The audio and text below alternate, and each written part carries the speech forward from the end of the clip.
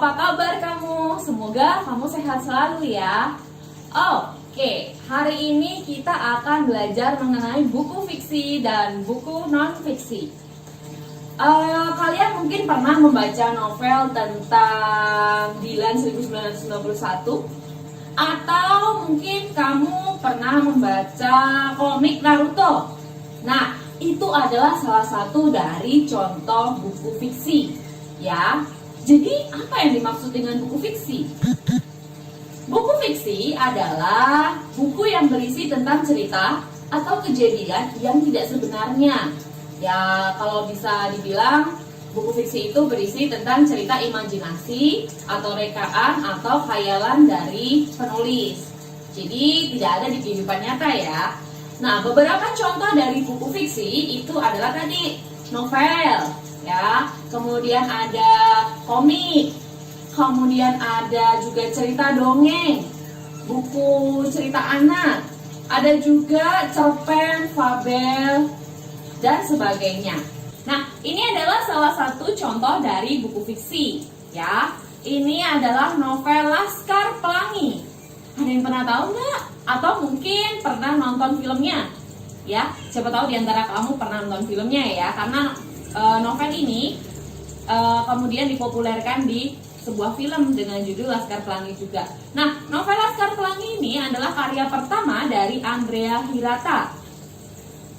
Novel ini bercerita tentang 10 anak dari keluarga miskin yang bersekolah di salah satu sekolah di Belitung. Di sekolah itu banyak sekali kendalanya, banyak sekali keterbatasannya ya. Mereka itu keterbatasan sarana prasarana, keterbatasan fasilitas, juga bahkan keterbatasan tenaga pendidik. Namun dari segala keterbatasan itu, 10 anak ini tidak putus asa gitu ya. Mereka tetap bersemangat, bahkan mereka terpacu untuk melakukan sesuatu yang lebih baik.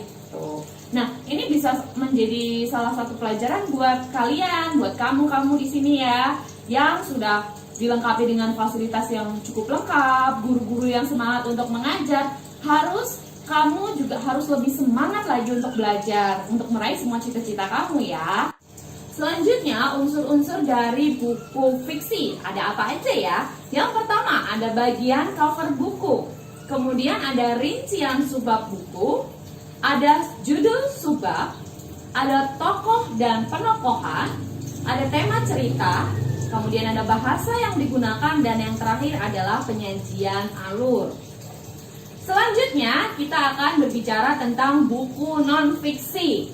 Kalau tadi sudah buku fiksi ya kan, berarti kalau sekarang buku non-fiksi itu kebalikannya pastinya ya kan. Jadi buku non-fiksi adalah buku yang berisikan tentang kejadian-kejadian nyata atau kejadian sebenarnya yang disampaikan menurut pendapat atau opini dari penulis itu sendiri. Contohnya apa buku non-fiksi itu? Buku-buku pelajaran yang kalian punya, buku pendamping pelajar kalian ya. Bisa dari buku-buku pemerintah, BSE, atau mungkin dari penerbit-penerbit yang lain. Ya, itu adalah contoh dari buku non-fiksi. Selain buku pelajaran ada apa lagi? Ada yang lain juga, ada biografi, ada dokumenter, kemudian ada juga buku ensiklopedia, ya kan? Ada juga laporan-laporan ilmiah seperti skripsi maupun disertasi. Nah, ini adalah salah satu contoh dari buku non-fiksi. Ini adalah biografi dari Bapak B.J. Habibie ya, Presiden ketiga Indonesia. Kalian pasti tahu. Nah, buku ini memuat kisah hidup dari Bapak B.J. Habibie sendiri ya.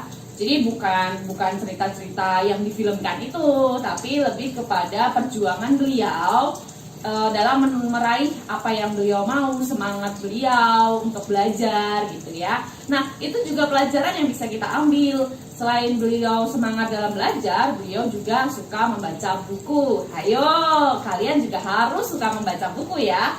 Supaya apa? Supaya menambah ilmu kalian. Oke?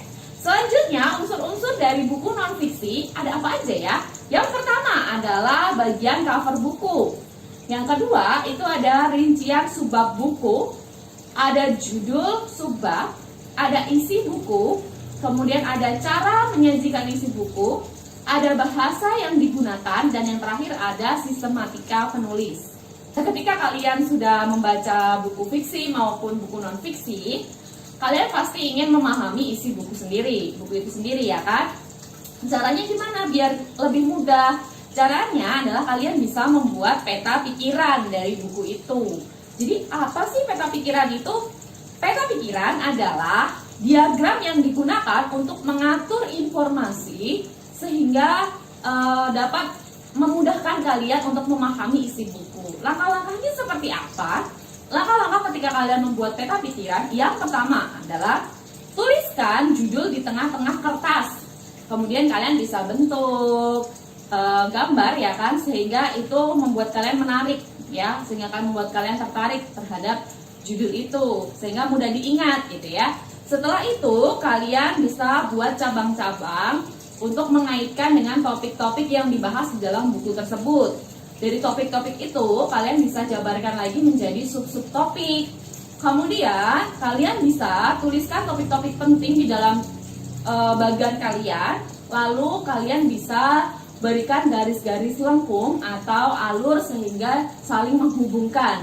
Dan yang terakhir, kalian bisa memberikan warna atau memberikan hiasan gambar yang sesuai sehingga membuat bagian itu atau peta pikiran itu lebih menarik.